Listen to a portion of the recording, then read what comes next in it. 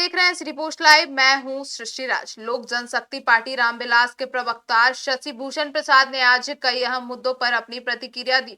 उन्होंने आने वाले 26 जुलाई को गया के गांधी मैदान में होने वाली 9 संकल्प महासभा को लेकर विस्तृत जानकारी दी। वहीं विपक्ष के हंगामे, वोटर वेरिफिकेशन विवाद और जेडीयू सांसद को लेकर उठे सियासी सवालों पर भी तीखी टिप्पणी दी। जी हां, प्रवक्ता शशि भूषण ने बताया कि लोजपा रामविलास आने वाले 26 जुलाई को गया के गांधी मैदान में बिहारी फर्स्ट के संकल्प को लेकर एक विशाल जनसभा करने जा रही है। इस सभा को पार्टी के राष्ट्रीय अध्यक्ष और केंद्रीय मंत्री चिराग पासवान संबोधित करेंगे। उन्होंने कहा कि यह अभियान आरा से शुरू हुआ, इसके बाद राजगीर, छपरा और मुंगेर में सफल आयोजित हुआ। अब गया की बारी है।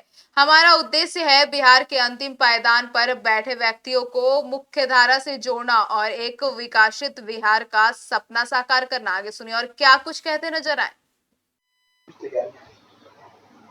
26 जुलाई को गया गांधी मैदान में 9 संकल्प महासभा का एक भव्य आयोजन होने जा रहा है, जिसमें अपार जनसंख्या उपस्थित होने जा रही है और हमारे राष्ट्रीय अध्यक्ष श्री चिराग पासवान जी जनसभा को संबोधित करेंगे और जो उनके संकल्प है बिहार फर्स्ट, बिहारी फर्स्ट पर विस्तार से वार्ता होगी। आप लोग देख रहे हैं कि आरा से अभियान ये शुरू हुआ था और निरंतर ये अभियान राजगीर में, छपरा में, मुंगेर में, अब गया में होने जा रहा है और हर सभा में जन सैलाब भर भर के आ रही है। हमारे नेता को सुनने के लिए इतने उत्साहित हैं कि जैसे ही जनता को पता चलती है कि हमारे नेता आ रहे हैं तो सैलाब अपने आप उमड़ जाता है और लोग इतनी भीषण गर्मी में भी नेता का एक झलक पाने और उनकी आवाज को सुनने और उनकी भावनाओं को और उनके संकल्पों को जानने के लिए अति उत्साहित रहता है।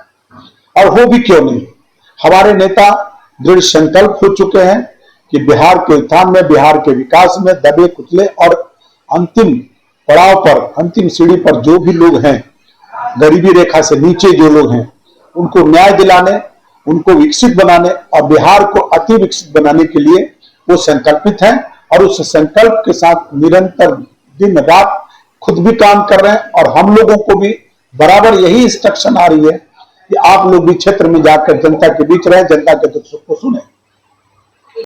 विपक्ष को असहज हो चुकी है, विपक्ष को चुनाव में हारने का डर सताने लगा है, इसलिए वो अपनी असहजता में इस तरीके का, एक तरह से कहिए कि गिरी से गिरी हुई हरकत कर रही है।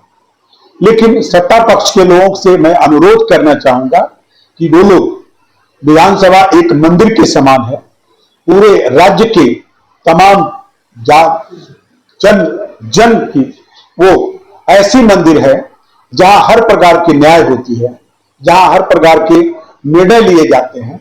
वहां पर इस तरह के अभद्र शब्दों का प्रभाव होना, माइक को तोड़ना और इस तरीके का व्यवहार करना, ये सरासर गलत है और मैं निश्चित तौर पे करबद्ध अनुरोध करता हूं सत्ता पक्ष को कि आप लोग कम से कम अपने शब्दों पर नियंत्रित रखें। और जहां तक विपक्ष की बात है, विपक्ष अब असंतुलित हो चुकी है, अपनी संतुलन को खो चुकी है। हमने सांसद के लेटर जारी किया है, उनकी कार्रवाई करने की बात कह रही है, कितना सही है, कैसे बात है? देखिए, एसआईआर के मुद्दे पे अभी पूरी देश में विपक्ष के पास कोई मुद्दा नहीं है और ना ही उनके पास जनाधार है। तो किसी तरीके से जनता को दिग्भ्रमित करने के लिए और ये दिखाने के लिए कि आप लोगों के लिए हम लोग बहुत कुछ कर रहे हैं, तो जनता ना इतना भोली है ना समझ है। जनता अब समझ चुकी है और जनता ये जान रही है कि ये लोग हमारा ही नुकसान कर रहे हैं। जो भी चुनाव आयोग अपना काम कर रहा है, निष्पक्ष तरीके से काम कर रहा है और इस काम में हम उम्मीद करते हैं कि किसी भी तरह का जेन्युइन वोटर के साथ कोई नाइंसाफी नहीं होगी।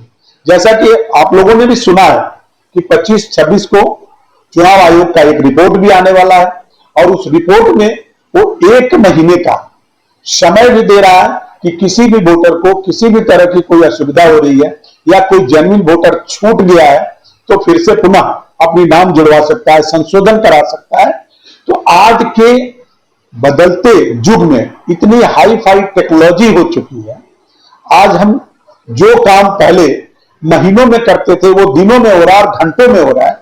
वैसे स्थिति में जितनी समय चुनाव आयोग की मिली है, आशा करते हैं कि इस समय में चुनाव आयोग निष्पक्ष रूप से अपनी काम को पूरा करेगा और जेन्युइन वोटर की लिस्ट निष्पक्ष तरीके से तैयार होगी। हाँ, जो गैर जेन्युइन वोटर हैं, जो गलत वोटर हैं, उन लोगों के लिए निश्चित तौर पे ये चिंता का विषय है और जिसके लिए विपक्ष भी हायतौबा मचा रहा है। खास तौर पर देखिए, जो वोटरों की मृत्यु हो गई है उनके नाम पर भी वोट पड़ता रहा है। निश्चित तौर पे वो गलत हो रहा था, उसमें अगर सुधार हो रही है तो क्या बात है। जो 18 साल के बाद की उम्र के बच्चे हो गए हैं उनकी भी अब नए तरीके से वोटर आईडी में नाम आ रहा है।